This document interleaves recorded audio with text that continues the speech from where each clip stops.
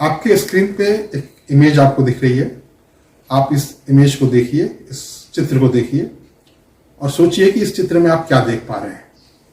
इस चित्र पे मैं इस वीडियो पे आगे बात करूंगा, पर आज मैं अपनी बात शुरू कर रहा हूं द्वितीय विश्व युद्ध के समय घटी एक घटना से।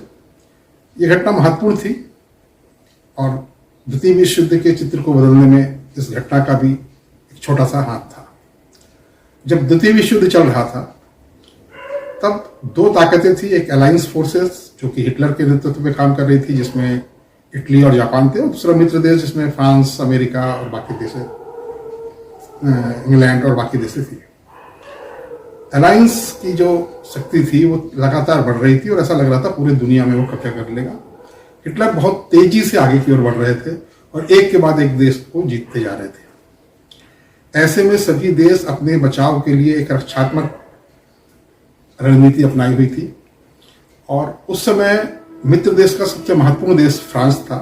फ्रांस की सीमा जर्मनी से लगती थी, तो फ्रांस ने अपने आप को बचाने के लिए एक पूरी रचनात्मक दीवार खड़ी की, जिसको मैग्नेट लाइन कहते हैं। मैग्नेट लाइन का जो निर्माण था वो उस समय के फ्रांस के वॉर मिनिस्टर मैग्नेटिंग का था।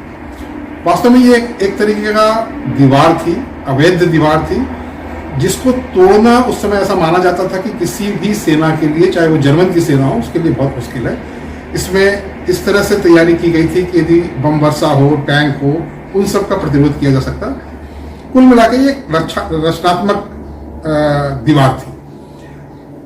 अब इस दीवार को तोड़ने के लिए जर्मन बहुत ताकत लगा रहे थे, लेकिन फ्रांस के लोग और बाकी यूरोप के लोग भी इस बात से बहुत निश्चिंत थे कि मैग्नेट लाइन को तोड़ा नहीं जा सकता, किसी भी कीमत में मैग्नेट लाइन के अंदर नहीं घुसा जा सकता। लेकिन कुछ कमी रह गई और उस कमी का फायदा उठा के जर्मनी ने उस मैग्नेट लाइन को तोड़ दिया और फ्रांस के अंदर प्रवेश कर गए। और मई 1940 को हुई इस घटना के बाद फ्रांस का पतन शुरू हुआ और 14 जून 1940 को फ्रांस में पेरिस का पतन हुआ और पूरी तरीके से फ्रांस जो है वो जर्मन के कब्जे में आ गई। इसी समय एक घटना घटती है। राइन नदी के नीचे कुछ धोबी वॉशरमैन कपड़ा धो रहे होते हैं।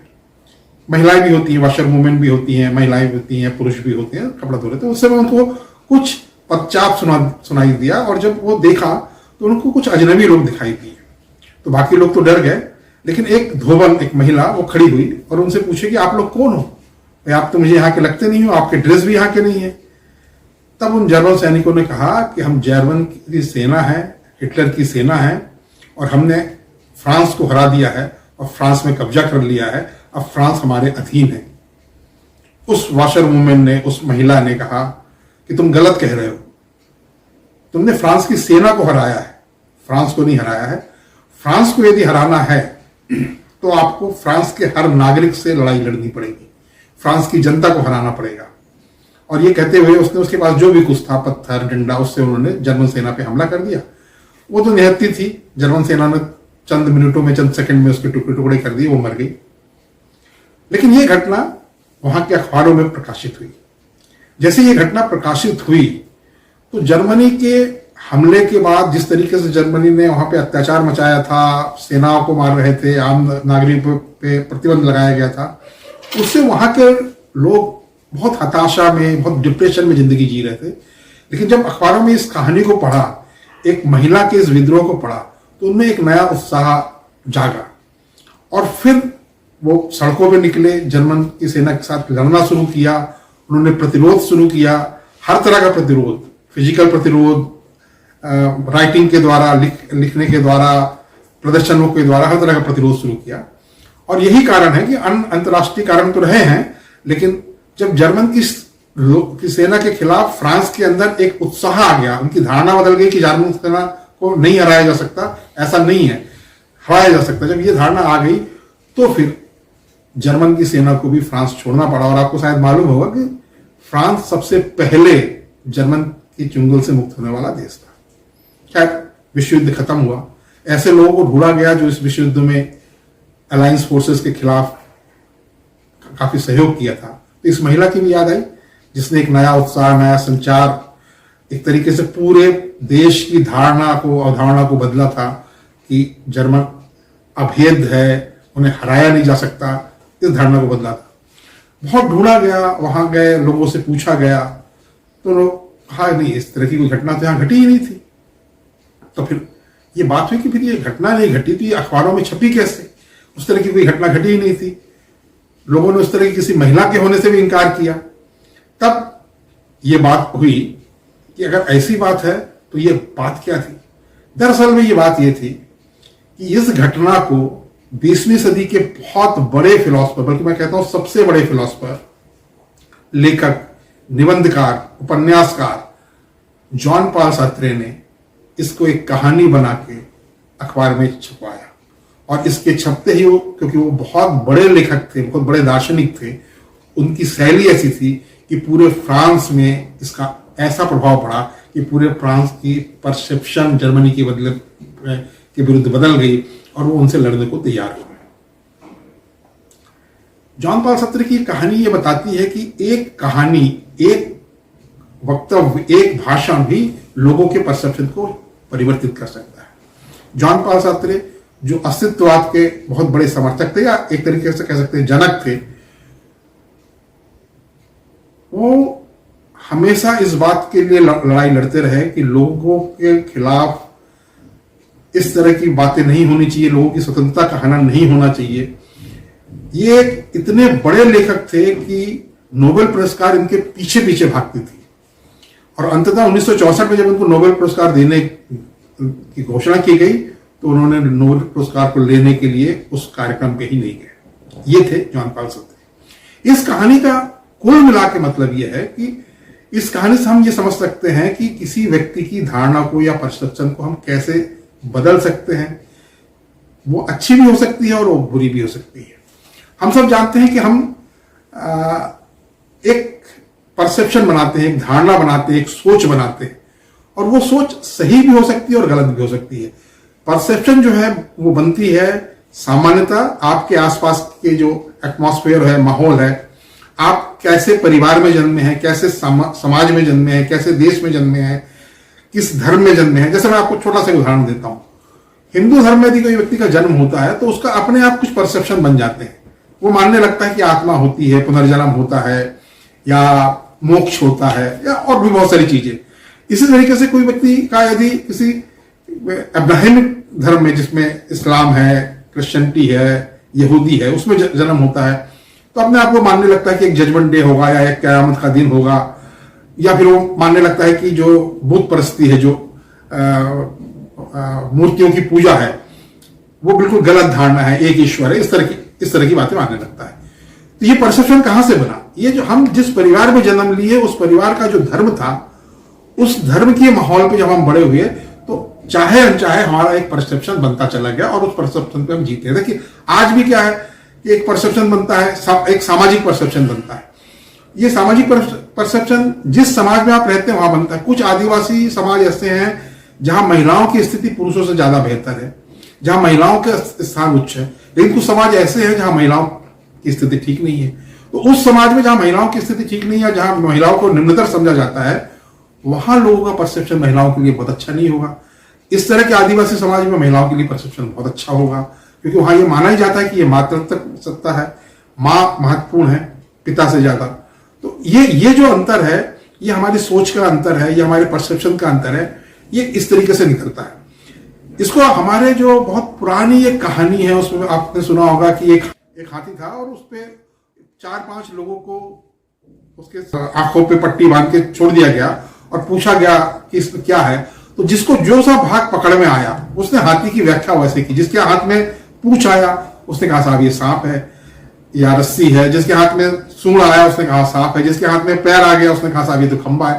तो था तो हाथी, लेकिन अंधे लोगों के देखने का परसेप्शन में आंख नहीं है, तो सिर्फ टच है। और अब सिर्फ टच का परसेप्शन हमको ये बताता है कि टच करने से हमें जैसी अनुभूति होती है, हम उसको उस तरीके से देखते हैं।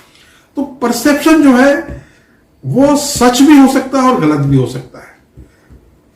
परसेप्शन हम किस आधार पर बना रहे हैं ये बहुत महत्वपूर्ण है। आज की राजनीतिक परिस्थितियों में, सामाजिक परिस्थितियों में, धार्मिक परिस्थितियों में ऐसे परसेप्शन बन रहे हैं। आपको मालूम है कि लगातार हम इस तरह के परसेप्शन बनाते जाते हैं। बहुत समय एक व्यक्ति के बारे में हम परसेप्शन बना लेते हैं उसके कपड़ों से। आपने कई कहानियां सुनी होंगी, एक बहुत बड़ा आदमी था लेकिन इतना साधारण था कि लोगों ने समझ ही नहीं पाए कि अरबपति हुआ। क्योंकि हमारा परसेप्शन यह है कि यदि अमीर है तो वो इस तरह के कपड़े पहनेगा, इस तरह का दिखेगा, इस तरह की गाड़ी होगी, ये हमारा परसेप्शन है। सामान्य परसेप्शन ये है। लेकिन परसेप्शन कहाँ आके टूटा, जब एक बहुत बड़े आदमी को, बहुत अमीर आदमी को, बहुत महान आदमी को हमने बहुत साधारण परिस्थितियों में देखा। परसेप्शन ये भी है कि हम जो चाहते हैं वही हम सुनना चाहते हैं। इसलिए जब कोई कुछ कहता है तो हमको ऐसा लगता है कि नहीं ये गलत कह रहा, जबकि उसका परसेप्शन अलग हो सकता है। परसेप्शन को हम इल्यूशन नहीं कह सकते, इल्यूशन तो गलत ही होता है, मतलब भ्रम जिसको हम कहते हैं। परसेप्शन को हम परसेप्शन कहते हैं। एक बहुत पुरानी यूरोप की एक छोटी सी कहानी कह लें या घटना कह लें, उससे परसेप्शन को समझाने की बड़ी कोशिश की जाती है। उसी के साथ मैं अपनी बात खत्म करता हूं। और उससे पहले आप इस चित्र को, जिसको मैंने आपको पहले दिखाया था, फिर से देखिए। आप इस चित्र को देख रहे हैं। अब इस चित्र में आप देखिए कि आपको क्या नजर आ रहा है। इसमें 2-3 चीजें हैं। इस चित्र में किसी को एक बुजुर्ग व्यक्ति का चेहरा दिख रहा होगा, किसी को इसमें एक डांस करती हुई लड़की दिख रही होगी, किसी को इसमें एक लड़की और एक सामंत या राजा टाइप का व्यक्ति दिख रहा होगा। कहने का तात्पर्य है कि एक चित्र है ये, हालांकि साइकोलॉजी में इस तरह के चित्रों के द्वारा कोशिश की जाती जानने की, लेकिन फिर भी परसेप्शन इससे हम समझ सकते हैं कि आप इसको देखिए, इस चित्र को देखिए तो आपको समझ में आएगा कि एक चित्र है और आप 100 लोग को दिखा दीजिए तो 100 लोग इसके ये 3 माने तो मैंने निकाले, इस चित्र में और भी कुछ उभार आ सकते हैं।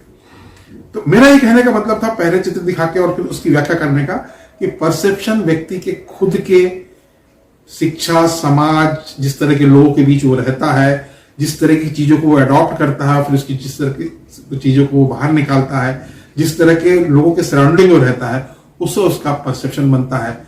किसी का परसेप्शन ऐसा बन जाता है कि वो धर्म को नहीं मानता, किसी का बन जाता है कि वो कट्टर हो जाता है। इस सब परिस्थितियों पे निर्भर करता है। इसलिए परसेप्शन जो है वो सत्य होगा जरूरी नहीं है। सत्य होना या नहीं होना परिस्थितियों पर निर्भर करता है। जैसा मैंने कहा था कि एक छोटी सी घटना जो यूरोप की, उससे मैं इस बात को खत्म कर रहा हूं। एक स्कूल टीचर एक 6 साल के बच्चे से ये कहती है कि मैंने तुम्हें एक एप्पल दिया, फिर मैंने तुम्हें एक एप्पल दिया, और फिर मैंने तुम्हें एक एप्पल दिया। अब तुम बताओ तुम्हारे पास कितने एप्पल है? तो कहते 4। उसे बड़ा गुस्सा आता है कि इतना साधारण सा प्रश्न है, ऐसा जवाब ये दे नहीं पा रहा। उसे दोबारा कहा कि तुम समझ नहीं पा रहे हो, मैंने एक एप्पल दिया, फिर एक एप्पल दिया, और फिर मैंने आपको मैंने एक तीसरा एप्पल दिया। आपके पास कितने एप्पल है? तो कहता 4। बड़ी नाराज होती है। फिर उसे याद आता है कि इसको तो आम बहुत पसंद है, आम से बात शुरू करते हैं, तब शायद ये सही जवाब दे। तो कहते मैंने तुमको एक आम दिया, फिर एक आम दिया, और फिर एक आम दिया। अब तुम्हारे पास कितने आम हैं? तो कहता 3। तो बड़ी खुश होती है कि उसकी प्रैक्टिस जो है वो काम कर गई, उसका पढ़ाने का तरीका जो है काम कर गया। उसने सोचा एक बार फिर मैं एप्पल वाले पे जाती हूँ और पूछती हूँ कि उसने फिर कहा ब्रायन ये बताओ कि मैंने अब तुम्हें फिर एक एप्पल दिया, फिर एक एप्पल दिया, और फिर एक एप्पल दिया, तुम्हारे पास कितने एप्पल है? कहते हैं 4। मैडम बहुत नाराज होती है। जब उसे पूछती कि तुम इसका उत्तर 4 क्यों दे रहे हो, तो कहता है मेरे पास एक एप्पल पहले से था। तो मोरल ये है कि हम बहुत समय सामने वाले का दृष्टिकोण नहीं देखते, क्योंकि वो तो ये देख रहा है कि उसके पास कितने एप्पल हैं। अगर तुमने मुझे 3 दिया तो 4, और हम उस उत्तर की प्रतीक्षा करते हैं जो उत्तर हम उससे चाहते हैं। हमको बहुत समय सामने वाले के उत्तर को भी उसके परसेप्शन से, उसकी सोच से, जो आज चल रहा है, जो समाज में, राजनीति में, धर्म पे जिस तरीके से चल रहा, कि हम दूसरे का सुनना ही नहीं चाहते हैं। परसेप्शन हमें ये बताता है कि सारी चीजें परसेप्शन है, हमें सबकी बातों को बहुत ध्यान से सुनना चाहिए। धन्यवाद।